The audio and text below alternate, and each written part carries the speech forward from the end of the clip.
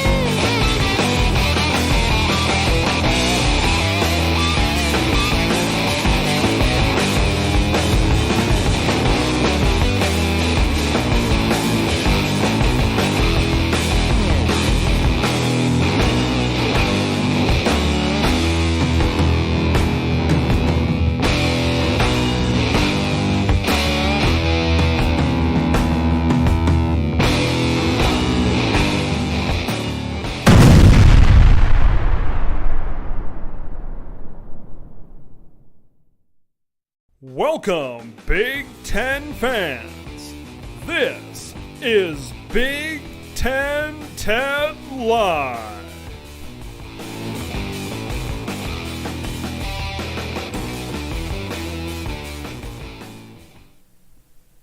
How's everybody out there doing in internet land? Welcome to Big Ten Ted Live. So excited to be here tonight. What a week of games we have coming up. Ohio State, Penn State, Michigan State. Can the Wolverines get the Paul Bunyan Trophy back? It's been a few years since the Wolverines has gotten a victory over the Spartans of Michigan State. Mel Tucker 2-0 against Jim Harbaugh in that rivalry. Illinois, Nebraska. We're going to be talking about Dennis Young. Let's put that chat up. What do you say right now? Let's put that chat up right now. Friend of the show, he wants to see a breakdown of Illinois and have they played a week schedule? How good are they? I'm going to talk about that. Fan engagement, that's what we're doing here.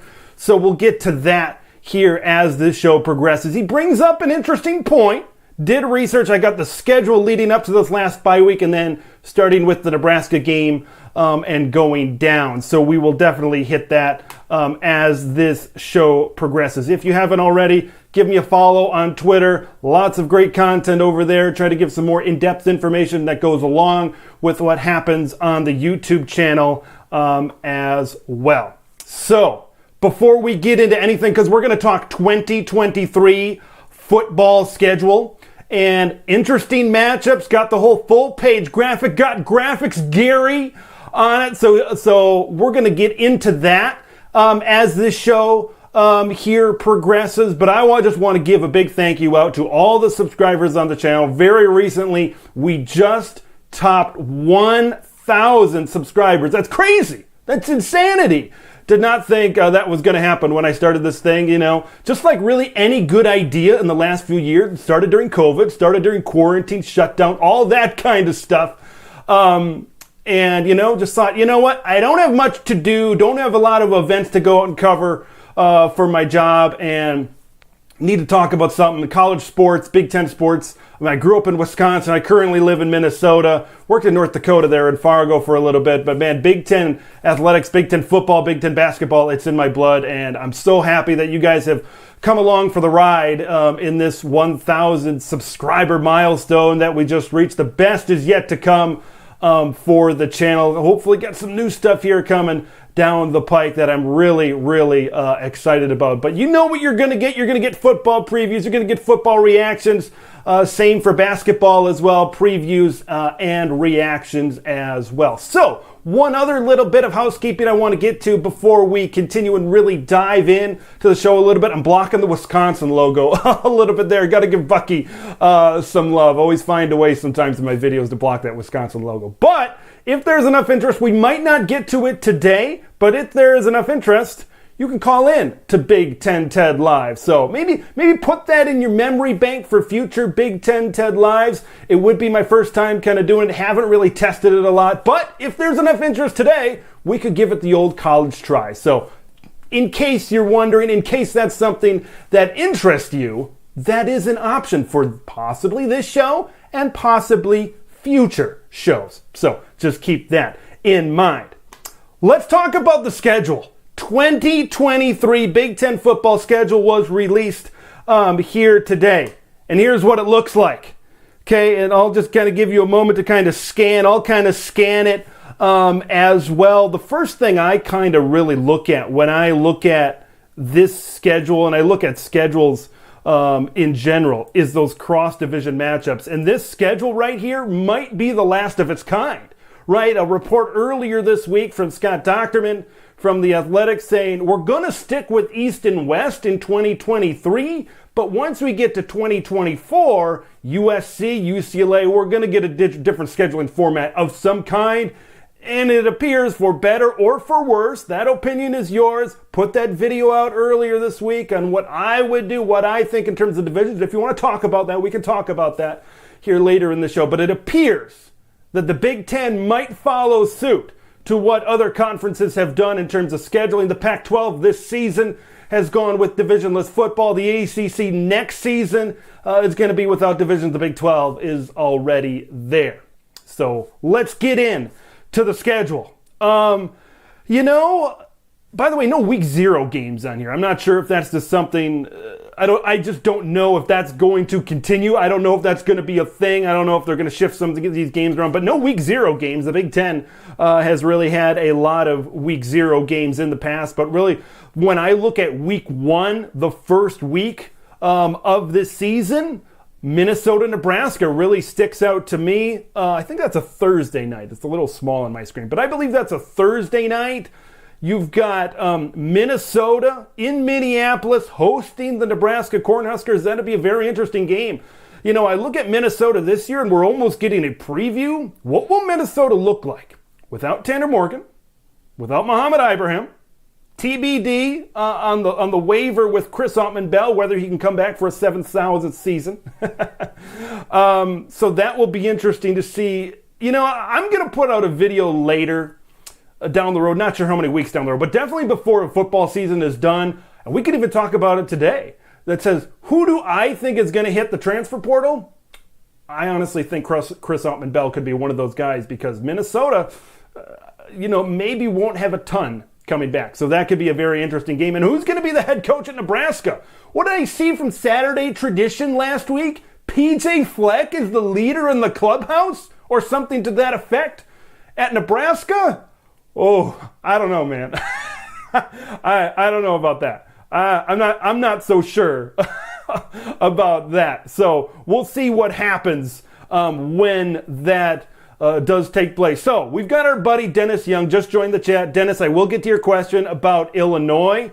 And we're just talking about the 2023 Big Ten schedule report last week. PJ Fleck, could he be coming to Lincoln as the next head coach? If the last 3 games are any indication, maybe Husker fans want to stay away from that. But wouldn't that be a storyline? Coming in to be the Nebraska coach, first game is in Minneapolis to be the new head coach and kind of come back to your old stomping grounds, a program that you built. I don't think that's going to happen, but I kind of chuckled a little bit when I saw that report. We're going to see a lot of stuff kind of running around in terms of Nebraska's head coaching search. But let's get back to the schedule. 2023. I look at Nebraska and Minnesota as kind of the big matchup there in week 1. Usually week 1 is pretty loaded with Big Ten games. I think only 3 Big Ten games. Northwestern, Rutgers, Nebraska, Minnesota, and then Ohio State and Indiana.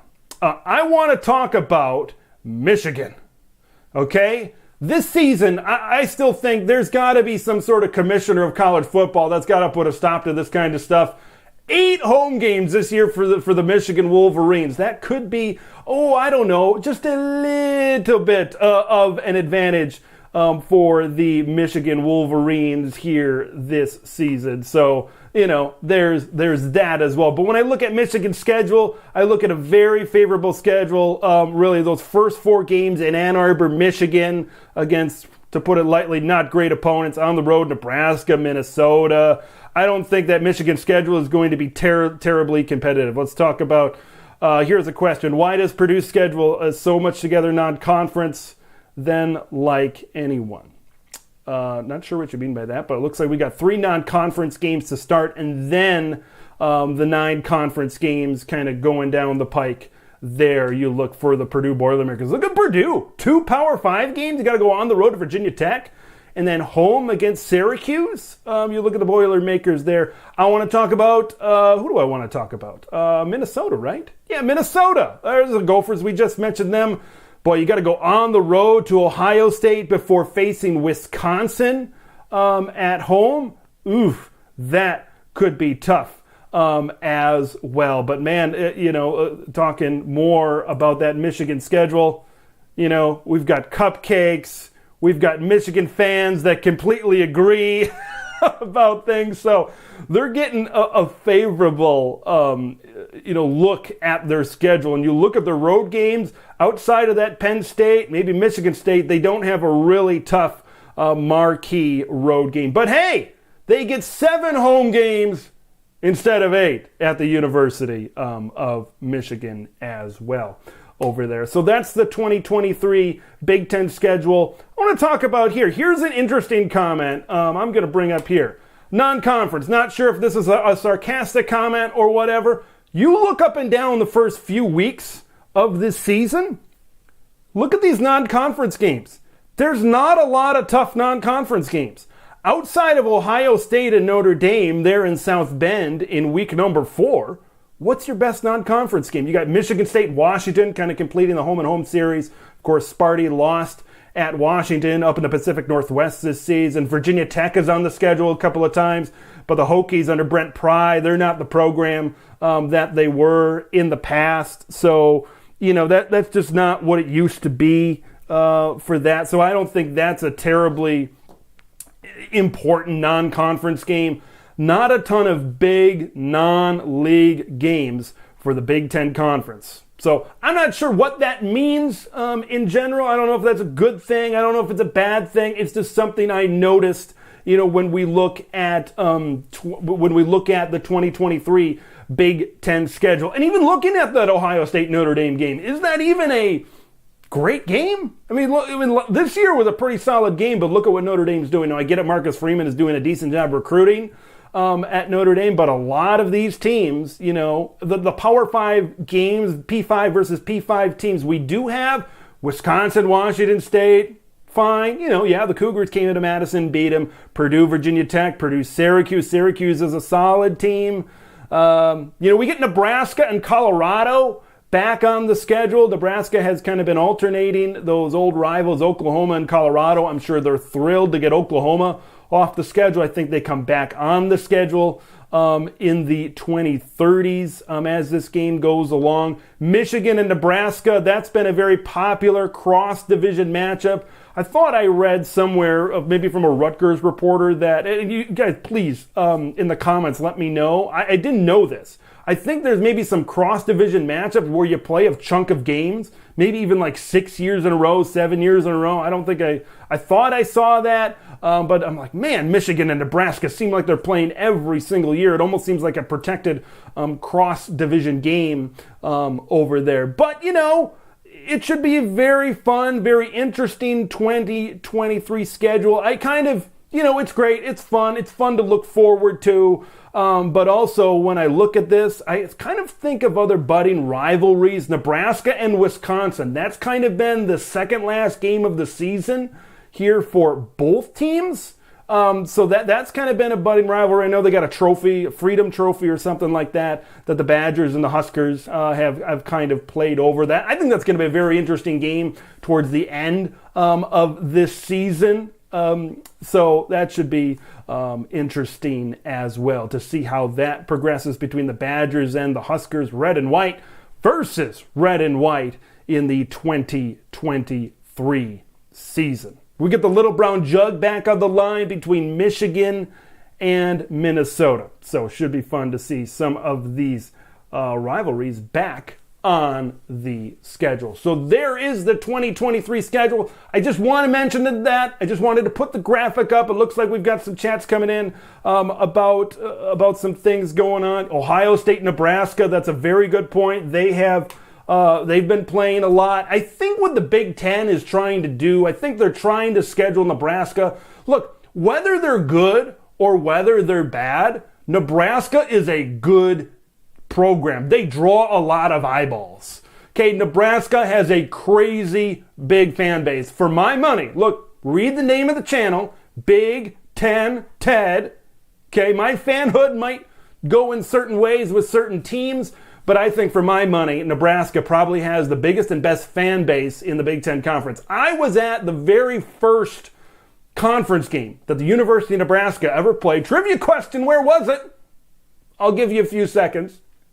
All right. It was at the University of Wisconsin in 2011. Both teams were ranked. College Game Day was there. I was there in the Wisconsin student section. I wasn't a student, but I got some student tickets. Point being, this ain't about me. It's about those great Nebraska fans. Is I remember the sea of red, not the Wisconsin red, but Nebraska fans just jamming the streets at the bars on Regent Street and State Street downtown. There was a lot of Husker red in town, and those are some of the best traveling fans in all of college football. So I think the Big Ten realizes that. They realize that Nebraska is a big-time fan base. They draw eyeballs. I really believe the Big Ten is desperate for Nebraska to really get back to being a good football team. All right, let's talk about it, J-Man. Let's put it up. I think I had it up already. Let's talk about divisions. Let's talk about it. Let's get it out in the open, baby. So we've got East and West right now. Okay, and you play all the teams in your division. You've got those protected rivalries. So let's talk about maybe the not so good situations that could arise if we eliminate divisions. Okay? So you got Ohio State, Michigan. This year they're kind of on a collision course towards each other. The Buckeyes and the Wolverines could both be 11-0 and 11-0 at the end of the season. Let's say we live in a world where divisions don't exist. Okay, we've got a 14-team Big Ten, top two teams, and right now, this season, that's Ohio State and Michigan. They play in Columbus this year, and whoever wins. Let's just say Ohio State wins for this conversation, and they prove they are undefeated. They are the best team of the Big Ten, and now Michigan gets another crack at a neutral site in Indianapolis, Indiana. Okay, now let's say Michigan turns it around. Let's say we had bad weather or something. I don't know, whatever. And now all of a sudden, a neutral site, Michigan wins. Michigan is the Big Ten champion. So what does that do? It takes your rivalry game, which, man, is there anything better than Ohio State, Michigan? I'm already looking forward to that. I'm already thinking about some really cool ideas that I could implement for my preview video, for my reaction video for that game, because that is going to be the game. That game this year is giving off 2006 vibes. Okay? So, here's the situation. We get Ohio State winning one game, you get Michigan winning one game. Did you just erase the result of the regular season game? Did you just make one of the greatest rivalries in sports become just nothing? I see that point. I really do. But, if it were up to me, I commented on somebody's comment earlier in the week. Look, when I do these videos, when I did the video on the divisions, look, if it were up to me, we probably wouldn't have California schools. I can get to that a little bit later as we go on, but we can go way down the rabbit hole, if that's what you want. But you look at this, and you look at a rematch in the Big Ten champion, Michigan against Ohio State. That's big television, boy. That is big time TV. Huge television numbers, huge money at stake. And look, you got USC and UCLA joining. You could see a situation in a 16-team Big Ten where Michigan plays Ohio State in a fantastic regular season game, and then they play each other in Los Angeles at SoFi Stadium. Wouldn't that be the weirdest thing? But that's kind of where we are. I believe it is in the best interest of the Big Ten. I'm not necessarily saying that's what I want. Look, I'm only 31 years old, okay? I still think of myself as an old school guy. I was not alive, or I should say I was barely alive. I was like 2 or 3 years old when Penn State joined the league in the early 90s. Okay, so I grew up, and I know an 11-team Big Ten. The Big 11 is kind of what I grew up knowing, and that's the Big Ten, that I kind of know. And we've gotten so far out with expansion and everything, and college athletics continues to change. And I've come to accept that. I've come to accept that college football in 2007, that magical year, that great year that was 2007, right? That college football in 2007 is not going to be the same as college football in 2027. We are undergoing drastic change. And what is at the top of the priority list right now? It's television, it's money, it's what can draw the most eyeballs, how many teams can we get into the college football playoff, which kind of leads me to another point, okay? In favor of divisions, okay? Let's say you got Michigan and Ohio State, because they're both 11-0. Ohio State wins their 12-0, and Michigan would be 11-1. Now, if you kind of have divisions, that's an 11-1 team, and say they lose by 7 to Ohio State, that's a damn good resume. But now all of a sudden, Ohio State plays Michigan again in the Big Ten championship, And Ohio State beats them again, and this time they beat them by 20 points. Now where does Michigan stand in a 12-team college football playoff? Now they'd still get in, but what if your second place team has 2 losses and now they have a third loss? Did that loss now knock them out of the college football playoff? That's something to keep in mind with an expanded college football playoff down the road.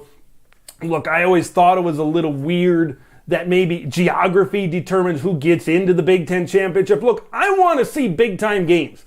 I look over and I see the SEC, and I think they're fortunate being balanced on both the east and the west side. Florida, Georgia, Tennessee, over there in the east side, Alabama, LSU, Texas A&M, the Mississippi schools. So they're pretty balanced in terms of east and west. They're fortunate that way. The Big Ten is maybe not so lucky. Like you look, ever since we've gone east and west, the East Division has won every single Big Ten championship game.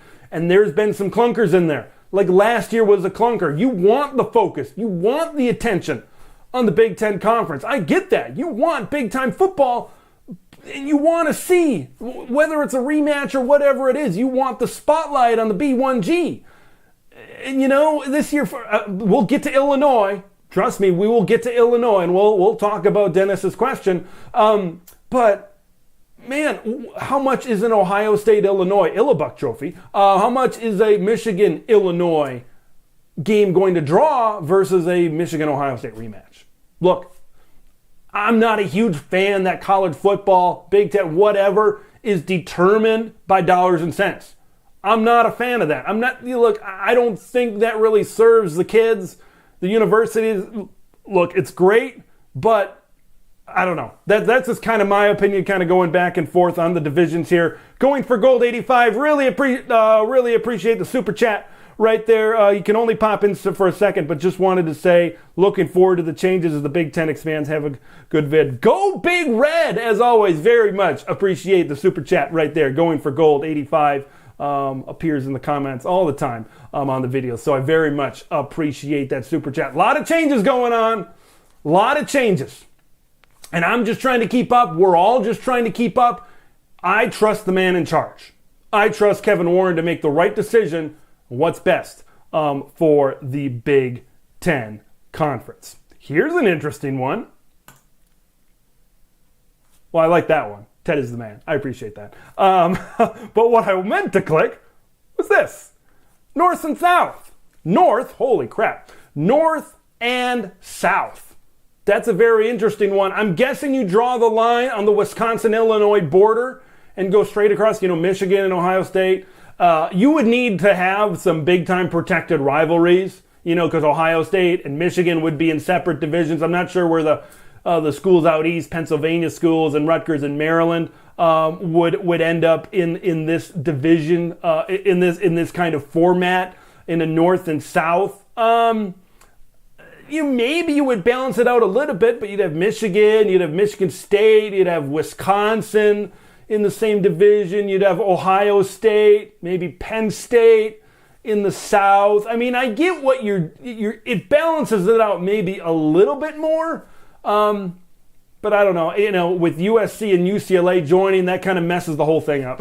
There's also that option to go east and west, have UCLA and USC join the West Division, and then I think, well, that would kick Purdue over to the East Division. Look, I don't mind that, but I honestly believe when you play divisional football and you stick at 9 conference games, USC and UCLA, who are they playing? They're playing Iowa, they're playing Minnesota, they're playing Wisconsin, they're playing Illinois, they're playing Northwestern, schools like that.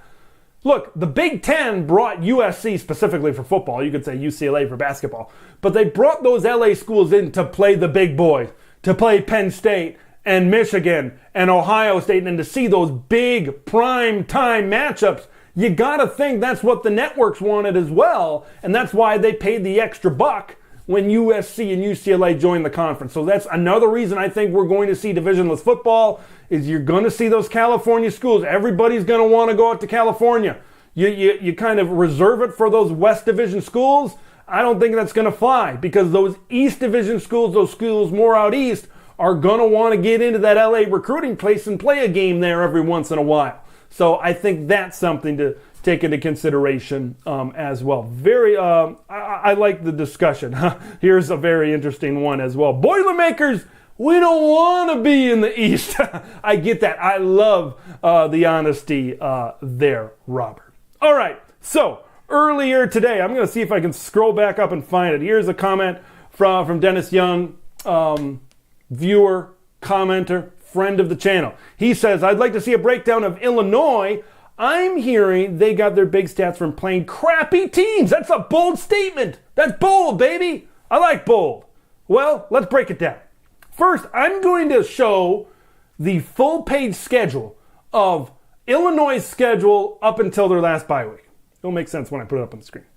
All right, so let's break down what they have played up until this point. The first thing that really pops out into my mind, that Indiana game, right? I know I watched that game from start to finish, and the old Big Ten refs, look at me, kind of played their role in that football game, but still, losing on the road to Indiana, an Indiana team that just lost to Rutgers, an Indiana team, them and Northwestern might be the worst teams in the Big Ten Conference right now.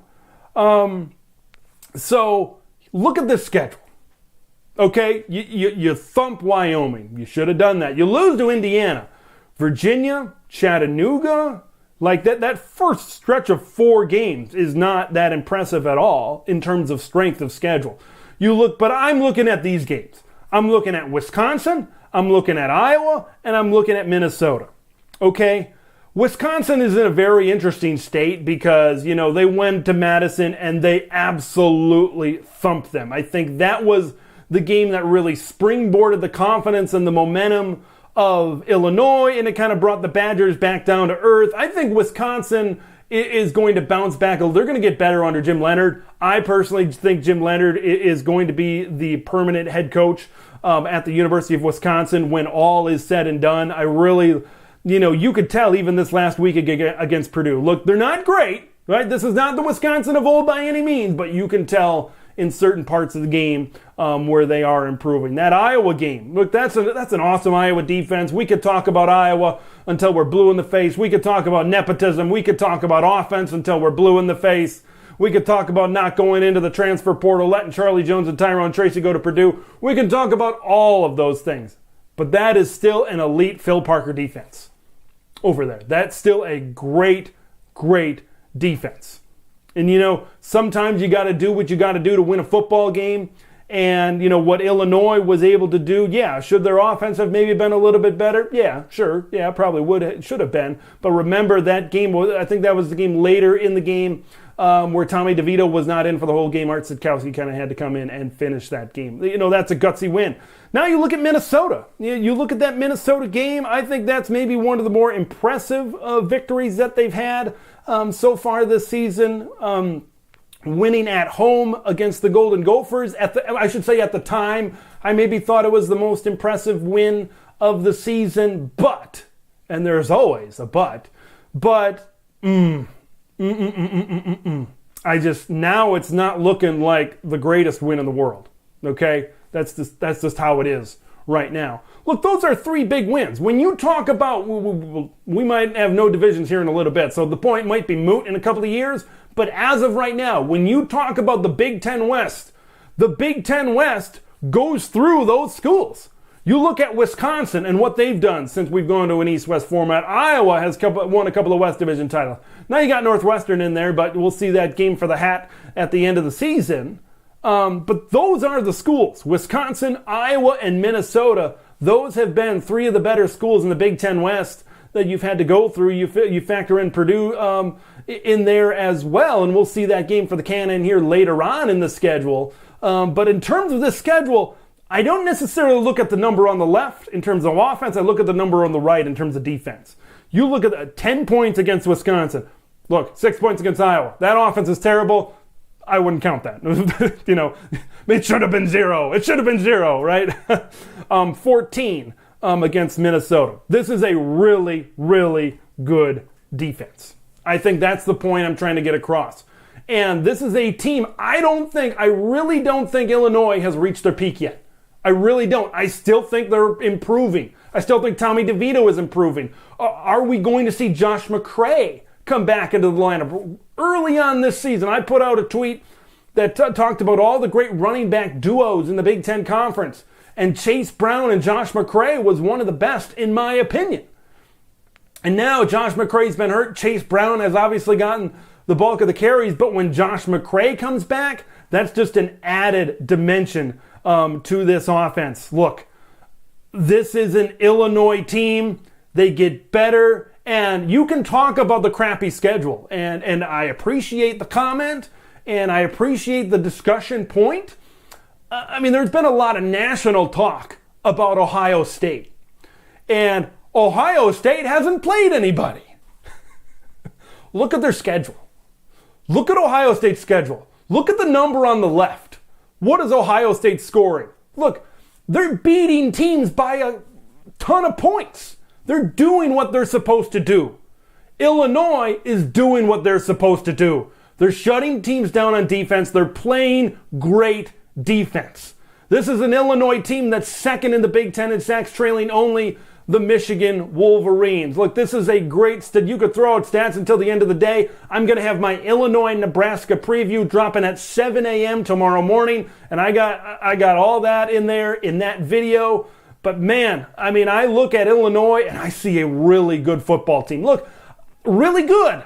Are they great? I don't know if they're great yet. Let's find out. Let's look at the second half of their schedule. Why don't we? I got to pull it up. Remaining schedule. There it is. Remaining schedule. Of course, the game against Nebraska. Their pass defense is going to be tested against the Huskers. Will they be able to clue in on Trey Palmer and slow him down? Because, man, I look at their schedule from top to bottom. This is an Illinois team that doesn't have to play Ohio State. Is Trey Palmer going to be the best wide receiver that they will face the entire season? It's completely possible. So that's going to be a big test this weekend for the Illinois Fighting Illini. Outside of that, Michigan State, Purdue, Michigan, Northwestern. That Purdue game is going to be interesting. You know, I don't know what to think of Purdue. Look, to be a really good Big Ten team, to really compete, if you want to compete with those East Division teams, you need to be consistent and you need to be good. And Purdue is a friggin' roller coaster. They are up and they are down. I never know which Purdue team I'm going to get. And maybe we need to look when we talk about the Boilermakers at the teams that they're playing. Look, they slung it, they ran it, they did everything they wanted to against Nebraska. And then they come back and get shut down by Wisconsin. Maybe this Wisconsin defense is getting better. Right? But man, Purdue plays so different, it seems, against all these other teams that they face. I mean, it's crazy. It's crazy how up and down Purdue is. Look, they've got a great quarterback. I think Aiden O'Connell could be a good NFL quarterback if he falls into the right situation where he gets drafted. But man, I can't trust Purdue. I can't trust their defense. I don't think I can trust their offensive line. This is an offensive line that gave up 5 sacks to Maryland, earlier on this season. I just don't know. I can't trust Purdue. And if I can't trust a team, I'm not going to pick them to win the division and go to Indianapolis. You know what I can trust? I can trust Illinois to run the ball 30 times. I can trust Chase Brown to go 125, 150 yards. I can trust Chase Brown to keep going. I think I'm at the point where I can trust Tommy DeVito to protect the football and make plays when they have to throw the football on a 3rd and medium or a 3rd and long or those 4th downs that Illinois is becoming so accustomed to converting. That's what I can trust. I want a team I can trust. I trust the Illinois Fighting Illini. You look at Purdue, and I know in the West Division, there's a couple of other teams down there. It's just, if Illinois is able to beat Nebraska here this weekend, they are looking down at everybody else in the Big Ten West right now. So, suppose I should answer your question. I think their schedule hasn't been outstanding, but I think they've done what they needed to do. If they've played outside of Indiana, that's kind of the fluke in their schedule right now. Imagine where they would be if they would have beaten Indiana. Would the national media rank them in the top 10? Would they be top 10 in the AP poll? Maybe. I don't know. They might be close. But when you talk about Illinois, they've done what they've needed to do against some of these teams, and you got to credit them for that. Look, Bert, I want to talk about Brett Bielema for just a minute because my man J-Man is really happy for him. And I'm really happy for Brett Bielema too. Because, man, this is a guy leaving Wisconsin. He took the gamble going to the SEC at Arkansas, and it didn't work. And he said it in interviews before, whether it was going to leaving there and then his time in the NFL with the Patriots. He learned a lot. And I feel like Brett Bielema has grown up a lot. And now he's in a situation in Illinois where athletic director Josh Whitman is investing into athletics. They're building new facilities. And you better believe this offseason, with the Wisconsin job open, I don't think we're going to see a reunion. But with the Wisconsin job open and the Nebraska job open, I'll get to that here in just a minute, with those two jobs open, I honestly believe that we could be in a situation where Josh Whitman says, what do you want? Here's a blank check. Let's sign an extension. Because Brett Bielema has earned that. When I look at their schedule the rest of the way, I'm going to pull up their remaining schedule again. When I look at their schedule the rest of the way, they're going to clobber Northwestern. I think they're going to beat Nebraska and Michigan State. The Purdue and Michigan games could go either way. This is a 10-2, 9-3 team. I think this is 10-2 at the end of the day. I think they beat Nebraska. I think they beat Michigan State. I think they beat Purdue at home. Look, we've seen what Purdue happens to Purdue when they face a good defense. Right? You know, yeah, they did score 20 points overall against Minnesota, but they didn't play particularly well against the Minnesota Golden Gophers. They didn't play particularly well in 3/4 of that Syracuse game either earlier on this season. That Michigan game, boy, you want classic Big Ten football, run the ball, play great defense, buckle your chin straps, tighten your shoulder pads, big boy Big Ten football. That's what that is going to be. I cannot wait. Outside of Michigan and Ohio State, that Illinois and Michigan game might be the game I'm really, really looking forward to. You know, if there's one thing I really love physical Big Ten football. Look, college football is great because there's so many different styles of play. Maybe we're learning something. Are we learning something in the Big Ten Conference? Different styles of play wins in different areas of the country. Now, we're becoming more of a national, right? Brett Yormark, the commissioner of the Big 12, says we want to go national. Look, we're not so regional anymore, but I think it's going to take different ways to win in different conferences. What are we learning about the Big Ten? You need to buckle your chin strap. You need a great offensive line. You need a great defensive line. Look at Nebraska. They went out and they got every skill player in the transfer portal. Casey Thompson, Trey Palmer, Anthony Grant, some guys on defense, in the secondary, you know. But what didn't they get? They didn't get offensive line and they didn't get defensive line outside of O'Shawn Mathis. Okay? And look what's happening to them. You can have all the skill players in the world. That might win in another conference. The Big 12, that might win in the Big 12, which the Big 12 is getting better from a defensive standpoint. But man, in the Big 10, you gotta be good in the trenches. Even an explosive team like Ohio State, even that sort of team for the Buckeyes, like that is a really good defensive line. Some of the better Ohio State teams with Chase Young and the Bosa's have been great on the defensive line. And their offensive line is really, really good here this season. Okay? So that's what the Big Ten is built on. You gotta build a really good line both on offense and on defense. And I think that Illinois and Michigan game, that's going to be on display in the Big Ten Conference. So I'm really, really looking forward to that. And we'll see what happens kind of as we go along. So, man, it's going to be fun. I think it's going to be a fun finish to this season. I think it's going to be really fun kind of going down the pike here as we continue to go down here as we... here's an interesting comment. I'm going to bring this one up as I'm kind of trailing off here. Allow me to pull up this guy. Speaking of guys that are active in the comment section on Big Ten Ted, Illinois is a Dollar General Michigan. I love it. I love it. Both teams run the ball extremely well. Both teams are great in the trenches. Both teams are great on defense. We're going to find out we're going to find out just how close Illinois is to Michigan. Because right now you got these great teams in the East and you got these great teams in the West. And you might think, well, Illinois, they're not as good as Ohio State or Michigan or maybe even Penn State.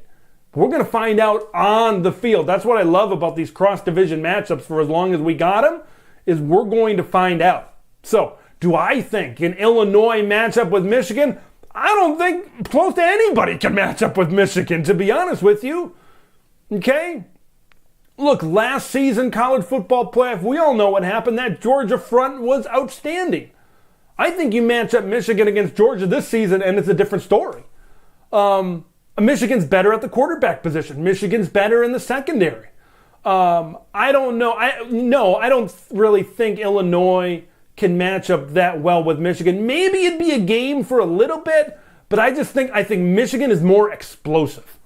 If this game needs an explosive play, okay, if you get away from the 3 yards in a cloud of dust, if you get away from Bo Schembechler football, okay, and you need explosive plays, even though Tommy DeVito and that receiving core, look, that is a young receiving core.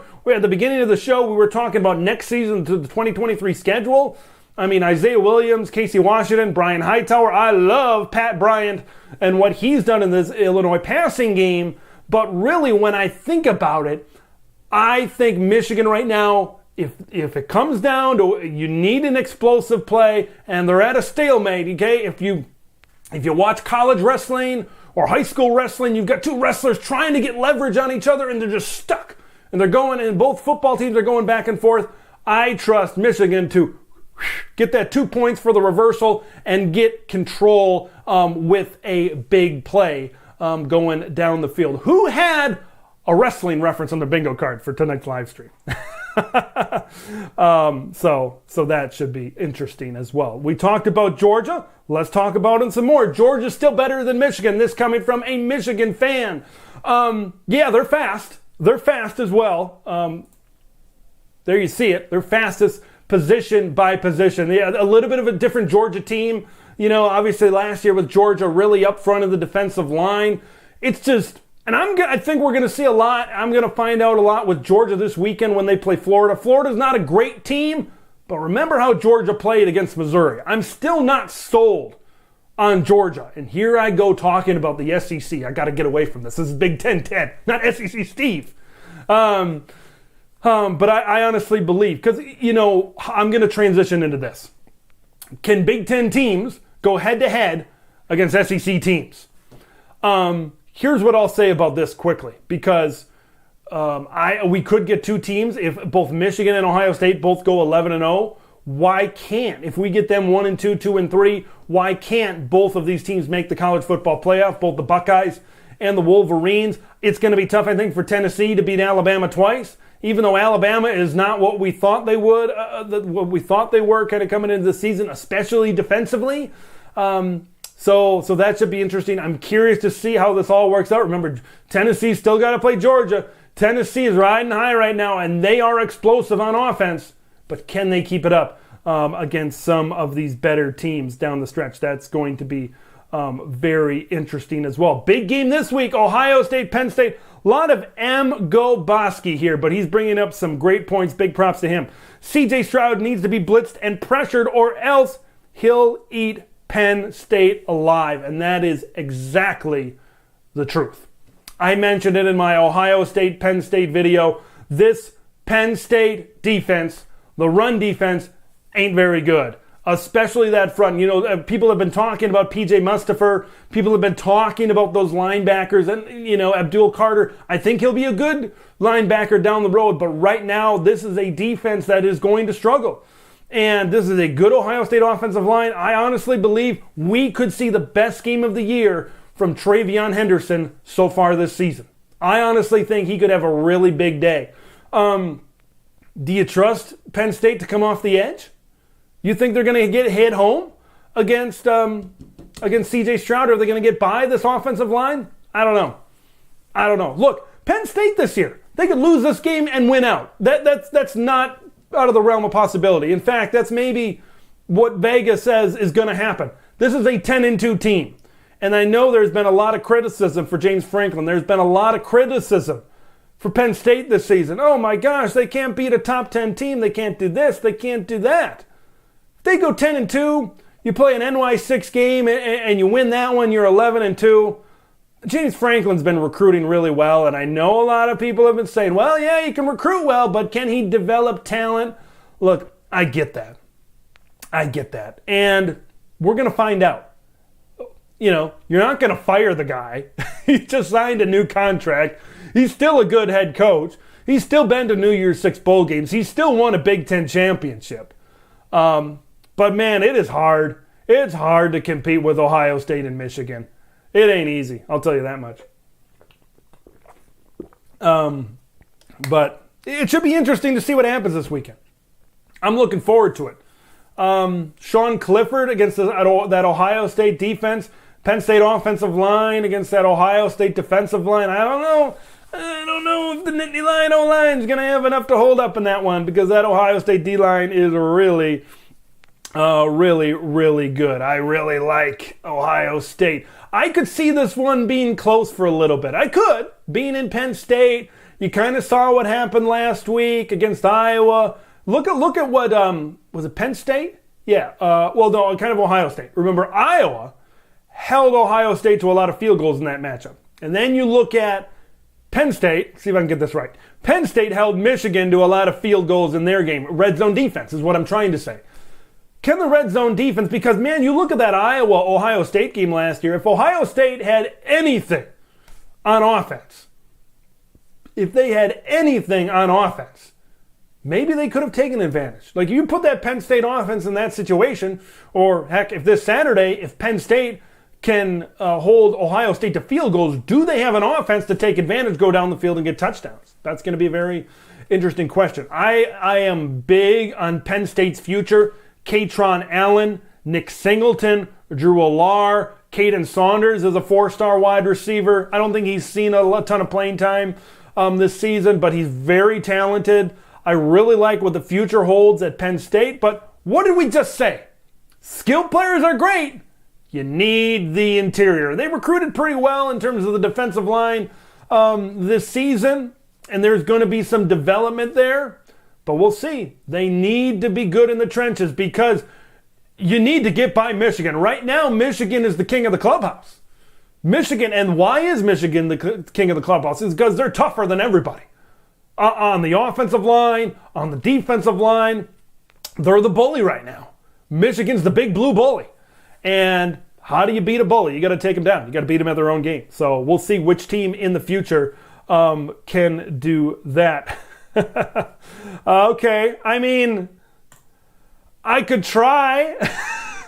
Iowa Northwestern. Oh boy. Oh my gosh. This is going to be... Look, okay, I will say this. I am working on Saturday. I work my full-time job is working for a community TV station in the Minneapolis-St. Paul area. We're in the midst of high school football playoffs.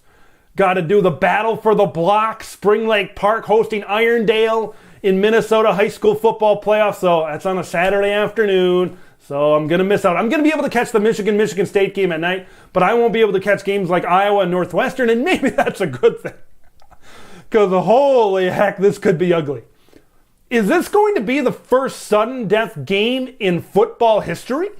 First one to score wins? Man, if Iowa, let's say, I'm just going to throw out a hypothetical, and I want to see you guys in the comments respond to this. Let's say Northwestern wins, oh boy, 10-6. Is that enough? Is that enough for Brian Ferentz to hit the road? Is that enough to come into Daddy's office and say, you know what, Brian, we'll see you at Thanksgiving. We'll see you at Thanksgiving, but don't come to the game on that Friday. Man, that's going to be a tough game to watch. That is going to be a tough game to watch. And man, you gotta think heads are gonna roll if the Iowa Hawkeyes can't beat the Northwestern Wildcats. Man, that's gonna be tough. Really tough to watch. But yeah, if Iowa can't find a way to get it done, something's got to happen. Something's got to happen. They haven't decided on Spencer Petras or Alex Padilla at quarterback so far for this game yet. Look, this could be a more favorable situation for Alex Padilla. I talked about him like, man, you throw a guy. Look, you should have played Alex Padilla a lot of games ago, and now you throw him in the midst against Ohio State when you're down by a lot. On the road in Columbus. That's not a good situation for anybody to come in. Look, I'm kind of glad they finally made this move, but man, that's not a good situation. Maybe a good situation is Alex Padilla starting against Northwestern. Maybe that's a situation that could be favorable for Alex Padilla to go out and have a really, really good game. Iowa, new blood. I agree. Look, when you look at the Iowa Hawkeyes, I feel like this is a program. College football is changing. Okay, we've seen a lot of high-scoring offenses, and we've seen that, which is fine. You can play with Michigan and other Illinois has proven you don't need to play that kind of offense to win in college football. There's no doubt about it. You don't need to play that style of football. You can play tough football. You need to have a competent quarterback. You need to continue to get better. You need to utilize the transfer portal, and Iowa's been at the bottom of the barrel in terms of utilizing the transfer portal.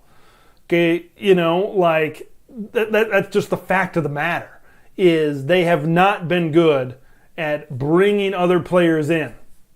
Okay? Because Spencer Petras, pretty sure is a senior. He won't be back. Would not surprise me at all if Alex Padilla hits the transfer portal. Okay, I might put out a video later on in a few weeks that says who are some Big Ten players who are likely to hit the transfer portal. Why not Alex Padilla? Like, you've had Brian Ferentz at press conference a week ago. What's the upside? What kind of confidence is that in your backup quarterback? And now a couple of games later, you put me in second half of a game at Ohio State when we're already losing big time? I honestly believe if Alex Padilla transferred to a G5 school, to a MAC school, to a Mountain West school, I think he could have a pretty good career. I don't really think either Petras or Padilla are Big Ten quarterbacks. I'm going to throw out a scenario for you. I'm going to give you a sneak peek of this video that I might be doing with the transfer portal. Okay? Michigan, they got their guy in J.J. McCarthy. No doubt about it. There's a guy back there that's still got some eligibility. I know he's been hurt this year, Cade McNamara. This was the same Cade McNamara that led Michigan to a Big Ten championship. What if Cade McNamara enters the transfer portal? Can Cade McNamara make Iowa a better offense? How much better would Iowa be if they go out into the transfer portal and bring in a guy like Cade McNamara? No, it depends who's the offensive coordinator. It depends what type of system they're running. I get that there's a lot of variables that are kind of involved, but that's something. That's kind of a little bit of an intrigue. And I think Cade could kind of fit in to normally what Iowa wants to do, when they are having success on offense. So that might be something to kind of look at as this transfer portal season, as November gets closer. Because, it's hard for me to imagine Cade McNamara knowing the success that he had. He knows, I think, he can go out there and be a starting quarterback. I think he's destined for the transfer portal. So there's a little bit of a sneak peek, for that video coming up. Speaking of Cade McNamara, Cal, Stanford, could very well see that. Going back home to California, that could provide a boost to both of those programs. I think if someone needs a quarterback out there, I think Cade McNamara could fill a void. Look, I don't think he's going to be an elite quarterback. I don't think he's going to be a great quarterback. I think he's going to be I think he could be a solid to good quarterback. If you got a really good defense, if you've got a good running game, maybe, just maybe, this could be a team where Cade McNamara could be plugged in. We know Mel Tucker has been very active in the transfer portal. Boy, wouldn't that be something if, I don't know if Cade McNamara is better than Peyton Thorne. There's a lot of musical chairs in the transfer portal, and we're going down the rabbit hole here pretty deep right now. But, could that happen? Could that happen? I honestly believe Michigan State could be in a position to be looking in the transfer portal because Mel Tucker can't be happy about how this season has gone. I know there's been a lot of injuries, but, Peyton Thorne, I think I can say it. I think he's maybe taken a little bit of a step back this season. For one reason or another, I think there's multiple variables, there's multiple answers to the same question, but he might be looking for a quarterback in the transfer portal. Cade did a lot for the University of Michigan, man. He really did. He really did a lot. All right, we got a question here, kind of scrolling back in the chat. I am not much of a line spread Vegas guy, so I'm going to try to answer this as best I can. Who has a better chance of covering the spread? Penn State with 15 points or Michigan State 22 points? I'm going to go Penn State. I'm going to go Penn State. I think Penn State can keep this within a couple of scores. I think they can. I don't know if Michigan State can keep this within, 3 scores? I don't think Michigan State can keep this within 3 scores. Yeah. I think Michigan's going to control it.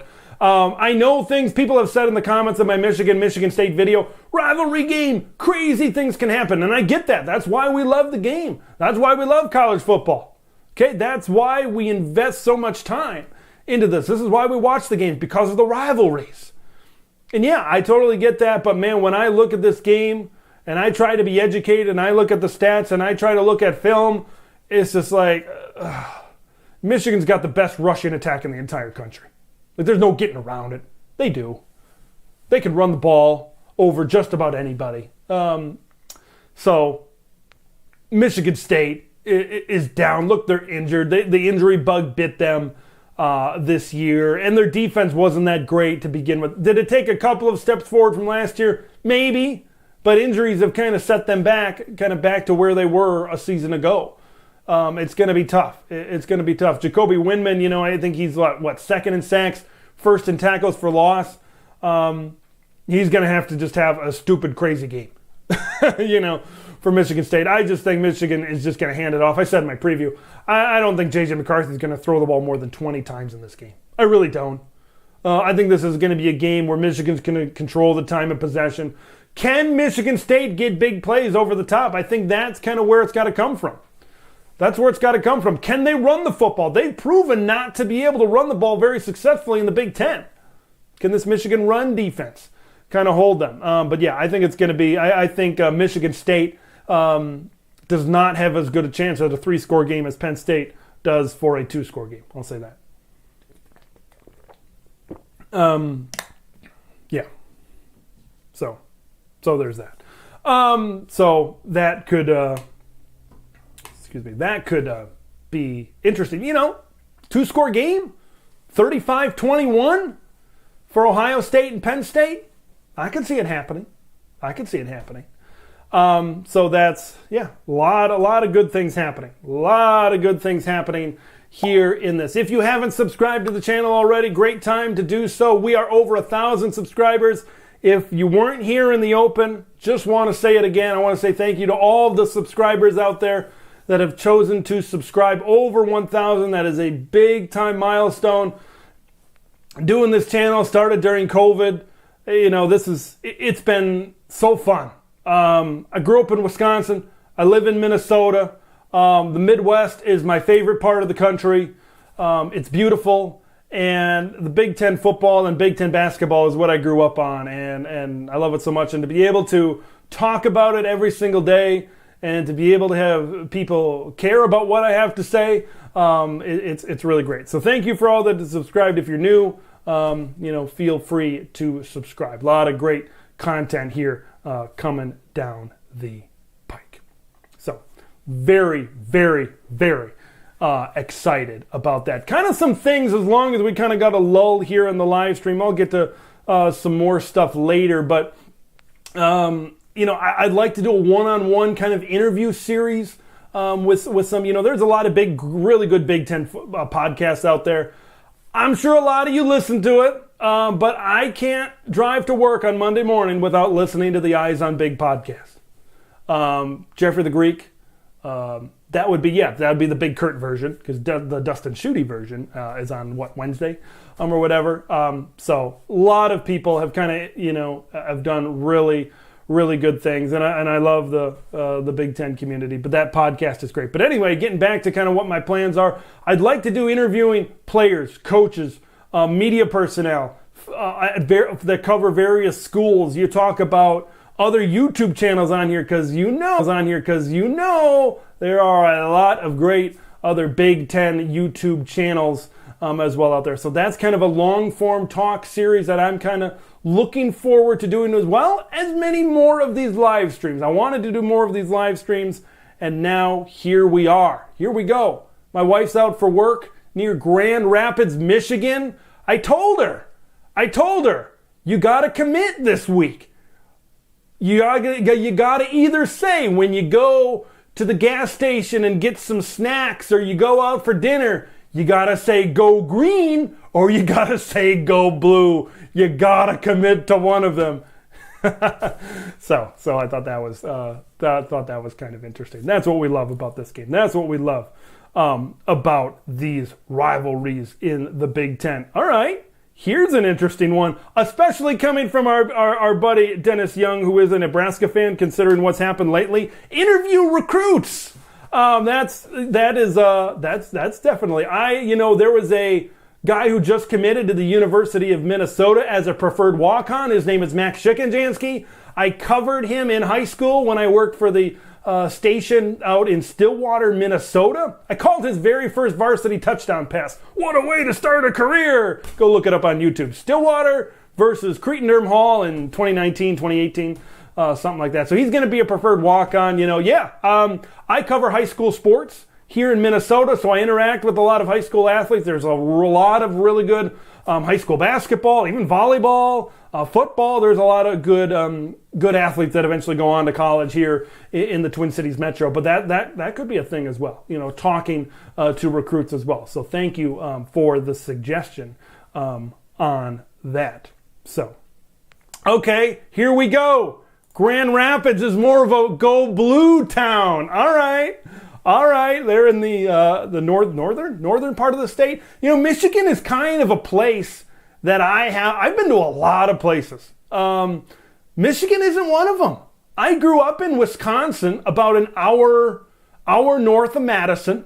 Went to a lot of stuff in Madison. Been to Madison so many times in my life. Michigan is just, I've never been up there. It's harder to get to Michigan. I know you can take the boat over from Manitowoc, and you can take the boat over to Michigan. But yeah, you drive through the UP. I'd like to go up there through there sometime. But yeah, I don't think I've ever been to Michigan, to be honest with you. And I'd love to go to Michigan. My wife and I are avid hikers. We love the outdoors. We've been to Glacier, if you could see that, Glacier National Park, Yellowstone, Grand Teton, all these places. And Michigan, I heard, is beautiful this time of year, up in the Upper Peninsula.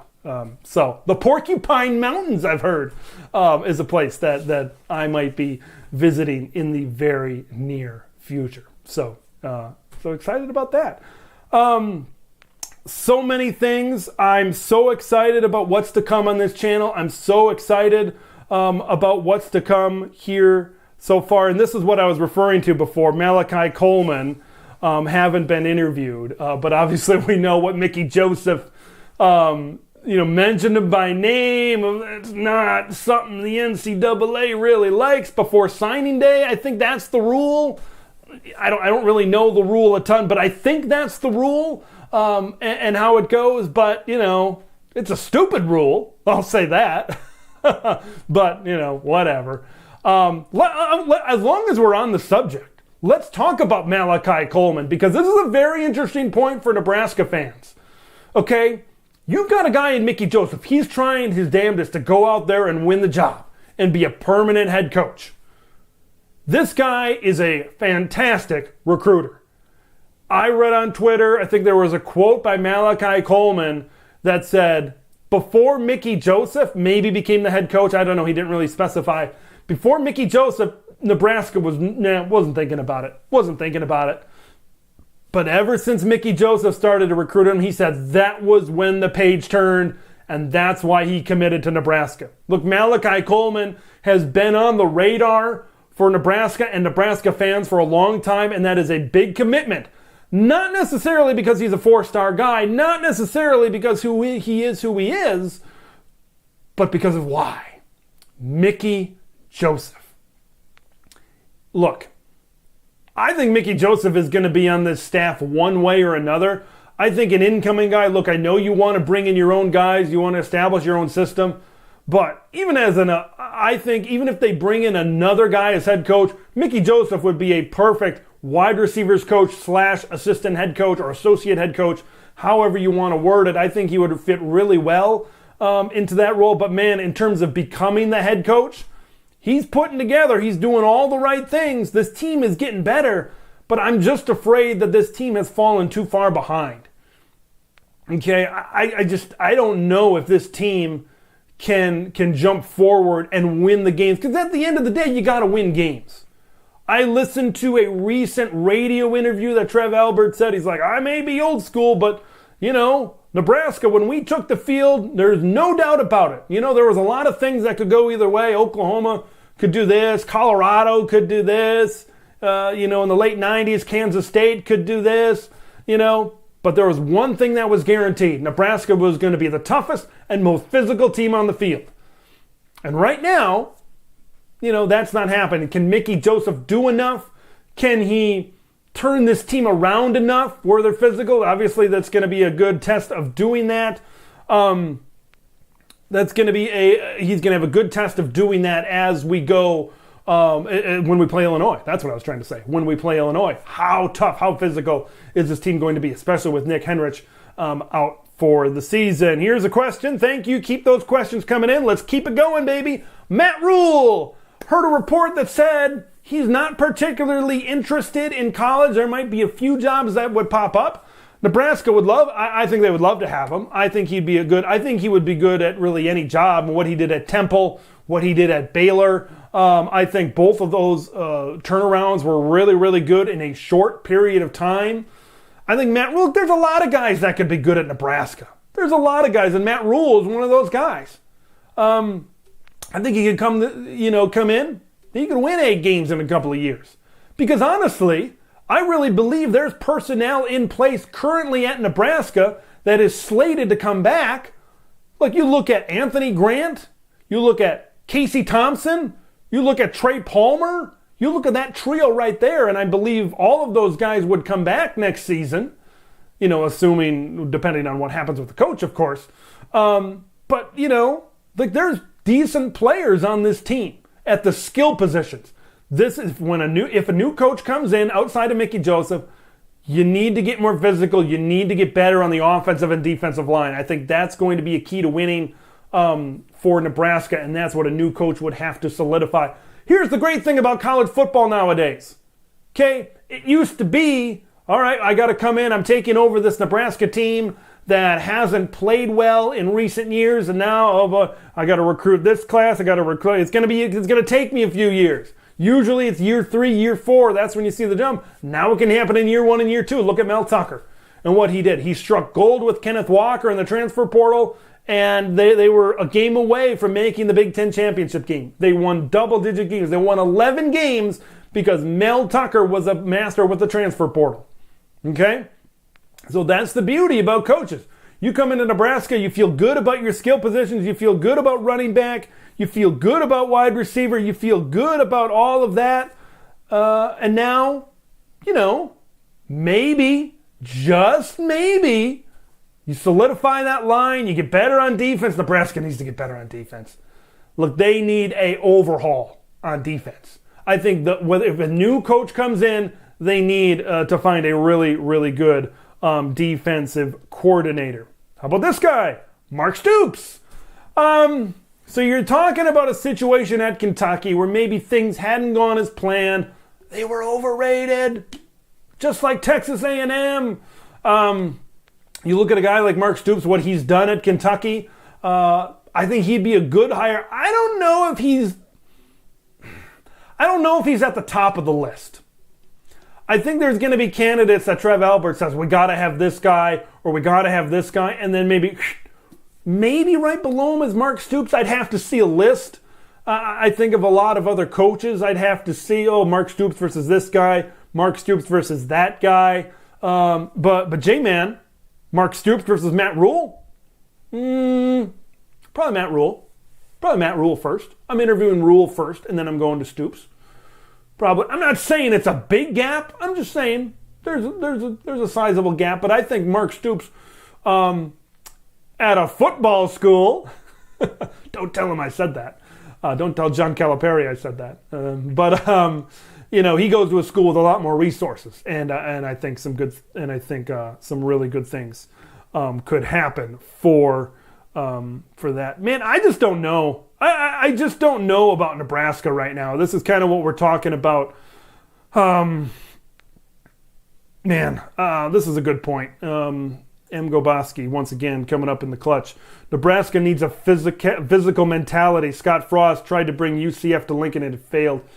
Boy, it's been a while since I've uttered the word Scott Frost. It seems like I was talking about that every week. And last year, a one-score loss. And then earlier on this season, the off-season, the restructured contract, which those details are coming out if you've been following that lawsuit as well.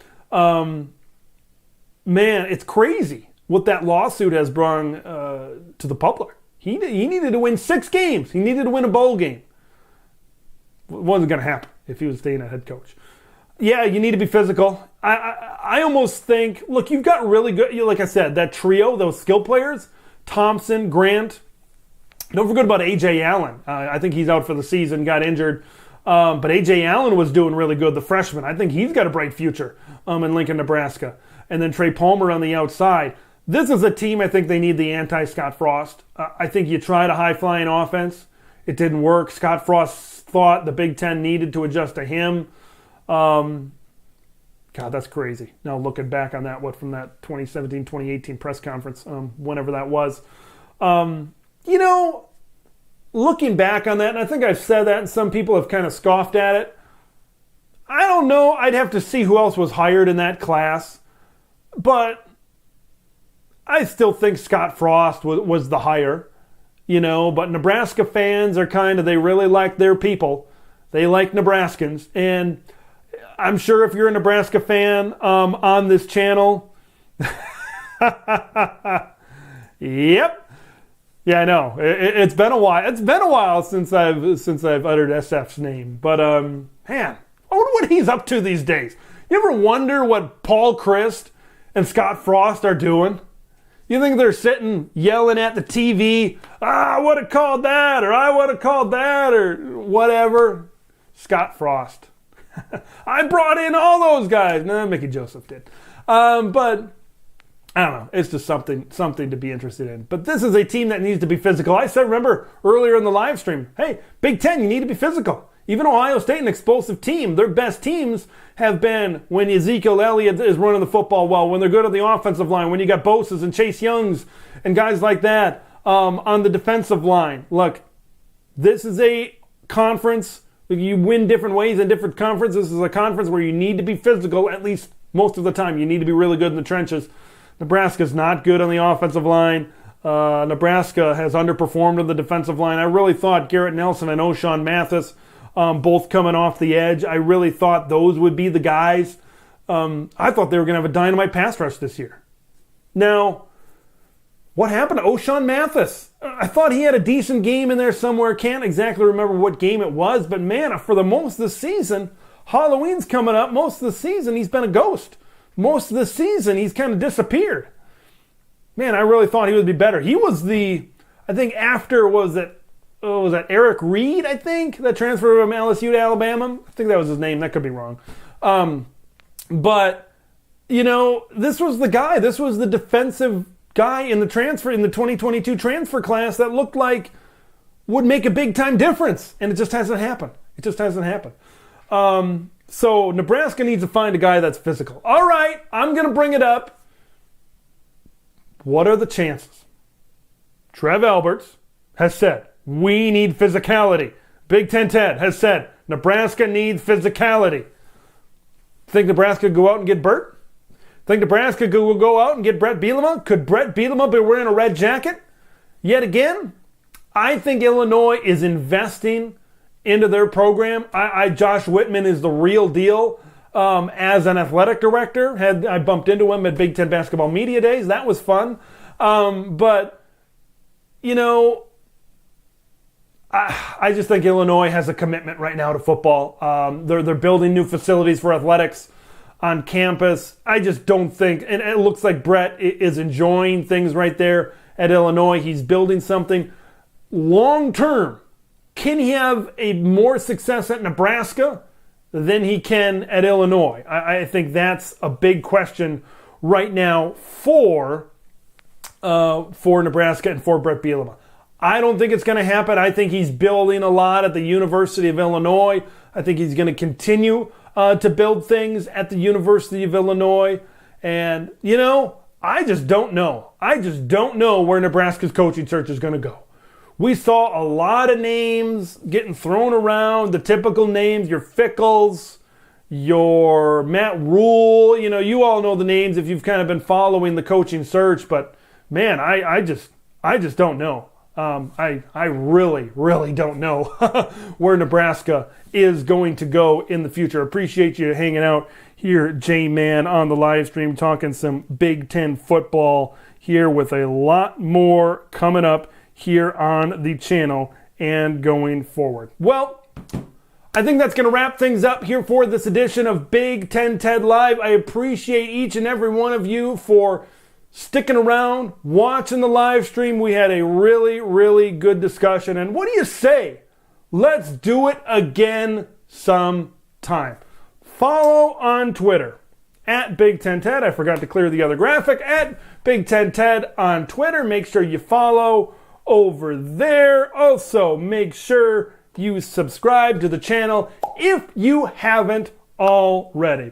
Thank you once again for watching this live stream. Illinois-Nebraska preview video is going to be coming out tomorrow at 7 a.m. Once again, I'm going to be working on Saturday, so I'll try to get some reaction videos up on Sunday. Got the old DVR on YouTube TV, so I'll try to check that out. But until then, thanks again for watching. Thanks for subscribing. You know the drill. I'm Big Ten Ted, and we'll see you in the next one.